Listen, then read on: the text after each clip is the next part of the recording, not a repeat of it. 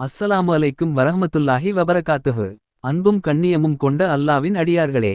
எல்லாப் புகழும் உலகங்களின் இறைவனான அல்லாஹ்வுக்கே. நம் நாயகன் முஹம்மது நபி ஸல்லல்லாஹு அலைஹி வஸல்லம் அவர்கள் மீதும் அவர்களின் குடும்பத்தினர் மீதும் தோழர்கள் மீதும் அல்லாவின் அருள் மற்றும் சமாதானம் நிலைத்திருக்கட்டும்.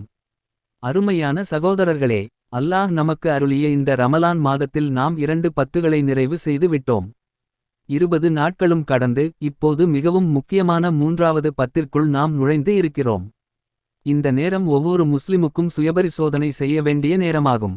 கடந்த 20 நாட்களில் நாம் எவ்வளவு நன்மைகளைச் செய்தோம், எவ்வளவு குர்ஆன் ஓதினோம், எவ்வளவு துஆ செய்தோம் என்று நம்மை நாமே கேட்டுக்கொள்ள வேண்டிய நேரமிது. அன்பானவர்களே, அல்லாஹ் அருளிய குர்ஆன் மிகப்பெரிய அற்புதம். இந்த குர்ஆனை நபி ஸல்லல்லாஹு அலைஹி வஸல்லம் அவர்கள் 4 வகையாக பிரித்து விளக்கி உள்ளார்கள். குர்ஆனில் மொத்தம் 114 சூறாக்கள் இருக்கின்றன. அதில் ஆரம்பத்தில் உள்ள 7 பெரிய சூறாக்கள் மிகவும் நீளமானவை. அவற்றை திவால் என்று அழைக்கப்படுகிறது. இந்த 7 சூறாக்களில் பெரிய சட்டங்களும் முக்கியமான கட்டளைகளும் உள்ளன. அதன் பிறகு வரும் 11 சூறாக்களை மீன் என்று அழைப்பார்கள். அதாவது 100 வசனங்களுக்கு அருகில் அல்லது அதற்கு மேல் வசனங்கள் கொண்ட சூறாக்கள். அதன் பிறகு வரும் 20 சூறாக்கள் மசானி என்று அழைக்கப்படும். இதில் வரலாறுகள், அறிவுரைகள் மற்றும் மறுமை பற்றிய நினைவூட்டல்கள் அடிக்கடி வரும். அதன் பிறகு வரும் கடைசி பகுதியை முஃபஸ்ஸல் என்று கூறுவார்கள். இந்த பகுதி சூரா ஹுஜுராத் முதல் கடைசி சூரா நாஸ் வரை வரும். அன்பான சகோதரர்களே, இந்த அமைப்பை நபி ஸல்லல்லாஹு அலைஹி வஸல்லம் அவர்கள் தான் விளக்கி கூறினார்கள். குர்ஆனின் தனித்தன்மை என்னவென்றால் அதில் உள்ள சட்ட வசனங்களையும் கூட இனிமையாக ஓத முடியும். சாதாரண மனிதரின் வார்த்தைகளில் இப்படி இருக்காது. ஆனால் குர்ஆன் முழுவதும் ஓதினாலும் இனிமை நிரம்பியதாக இருக்கும். இதுவே அல்லாவின் வார்த்தையின் அற்புதம். அன்பானவர்களே, இந்த நாட்களில் நாம் ஓதிக் கொண்டிருக்கும் சூறாக்களில் சூரா துகான் மிகுந்த சிறப்புடையது. நபி ஸல்லல்லாஹு அலைஹி வஸல்லம் அவர்கள் கூறினார்கள், யார் இரவில் சூரா துகான் ஓதுகிறாரோ அவருக்காக 70,000 மலக்குகள் காலை வரை துஆ செய்வார்கள். எவ்வளவு பெரிய நன்மை இது! எனவே இந்த ரமலானின் கடைசி 10 நாட்களில் நாம் இந்த சூறாவை ஓதும் பழக்கத்தை உருவாக்கிக் கொள்ள வேண்டும். அன்பான சகோதரர்களே, இப்போது மிகவும் முக்கியமான நாட்கள் ஆரம்பிக்கின்றன. ரமலானின் கடைசி 10 நாட்களில் நபி ஸல்லல்லாஹு அலைஹி வஸல்லம் அவர்கள் அதிகமாக இபாதத்தில் ஈடுபட்டார்கள். இரவுகளை முழுவதும் விழித்து நின்று தொழுவார்கள். குடும்பத்தாரையும் எழுப்பி வணக்கத்தில் ஈடுபடச் செய்வார்கள். ஆனால் இன்று நம் நிலைமை என்ன? கடைசி 10 நாட்களில் தான் பலர் சந்தைகளிலும் கடைகளிலும் அதிக நேரம் செலவழிக்கிறார்கள். ஈதுக்கான தயாரிப்புகள் நம்மை வணக்கத்திலிருந்து திசை திருப்புகின்றன.